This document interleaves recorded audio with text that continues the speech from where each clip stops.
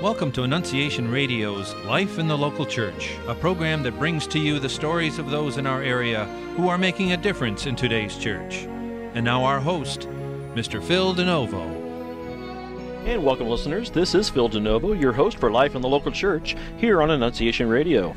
On this show, we like to visit with people who are making a difference in the church and in the world at large. Today, we will be visiting with two people who are definitely making a difference. Brittany Taylor, who we've had on the show before, she's the Executive Director of Sandusky Life Teen, and Courtney Hurlbert, a junior from Sandusky High School and a member of the Sandusky Life Teen.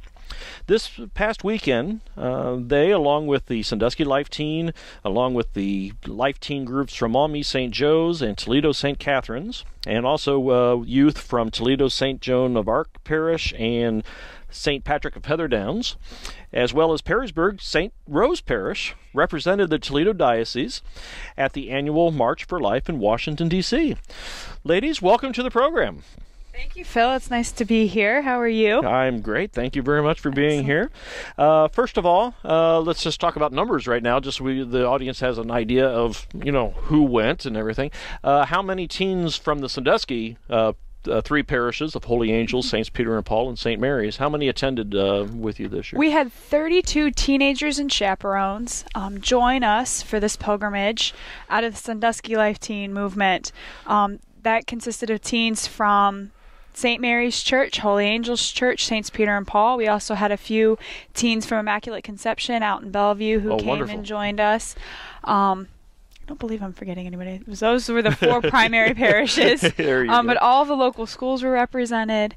It was a beautiful trip. You mentioned to me before we started recording that it was about half and half, the Catholic school students as well as the public school students. Exactly. So that's wonderful that a lot of the public school students are taking part in this pilgrimage, as you referred to it. And how many teens or how many people total did you have from all those different parishes? From all the 6 different groups that gathered together, it was quite the list that you had to say. We had about 142 travel together, 3 buses. Wow. 8-hour bus ride. Yeah, and I know that you were a little worried about the weather before you left, because the weather Friday night going into Saturday was a little concerning. Yes. How did all that turn out? Of course, through the grace of God, we arrived safely in D.C. I was very nervous the night before, but I really probably shouldn't have been. God took good care of us. Right, yeah. And really, other than cold weather and a little bit of mist and a little freezing rain during the march, everything else went smoothly. Great. And first-year marchers, do you know how many were first-year? I would estimate, I don't have the numbers right in front of me, but probably about half of our teens were first year, and then the other half were returners, either their second or third year going. And these are just high school age? Yes. As far as the students are concerned? Yes. Going that far, this is a pilgrimage, as you referred to it as, but it's also a fun time for the teenagers to get away, and they love being together. But what kind of activities did you partake in, to make this a spiritual pilgrimage? Yes. Well, and I love that word pilgrimage. It's that notion of taking them away from what is normal, making them sacrifice on a spiritual journey to a different destination. Mm-hmm. And pilgrimages, there we go, date back throughout history. Sure. And this is just the same. It requires sacrifice from the teens, financial sacrifice, time, missing sports, whatever it might mm-hmm. be, for them to really grow in faith, first in prayer, and then also in action. The two go hand in hand. So prior to, they knew what they were getting into. They knew the sacrifices that were expected, the prayer that was expected. And then throughout the weekend, we just did all kinds of different spiritual development with them, from praying Divine Mercy chaplets on the bus mm-hmm. to, rosaries prior to Mass. We attended, we actually hosted a life night one night.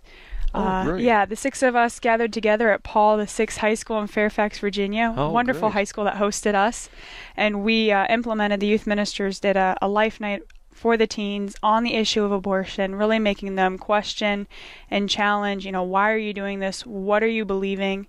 And I'm hoping prayerfully hoping that the teens took something from that specifically on how to address different issues on life, on respecting life from conception to natural death. And now you attended. I know that you normally used to attend the mass at the Verizon Center, but you weren't able to get in there. Where did you attend mass during? On Sunday, actually, we were very blessed on Sunday night, and this is the second year we've done it. The Archdiocese of Arlington hosts these youth rallies for the Sunday night Mass, which is exciting because you're getting your Sunday Mass obligation and you have this richness of the youth coming together. And we attended a Mass of over 1,500 students, and that was actually an overflow Mass from another Mass that was about 20 minutes away that was over 3,000 that had registered. And we had Mass, and then we had a dynamic speaker. His name was Chris. I can't think of Chris's last name, but he was fantastic. And then we had a concert performed by Josh Blakesley, who is a Catholic, up-and-coming Catholic musician. Fantastic. And then he and an artist named Danielle Rose. I'm familiar with Danielle Rose, yes. Kind of co-led some music, and we had adoration and reconciliation throughout, so times of quiet and times of praise. It was just a beautiful, beautiful beginning, really, of that, Sunday night into Monday. And then Monday morning we went to St. Timothy's Parish in Chantilly, Virginia. They allowed us to come in and have Mass with them. How many? Now I know that Father Jason Colley from Sandusky St. Mary's went with you. How about from the other parishes? Were the other priests able to?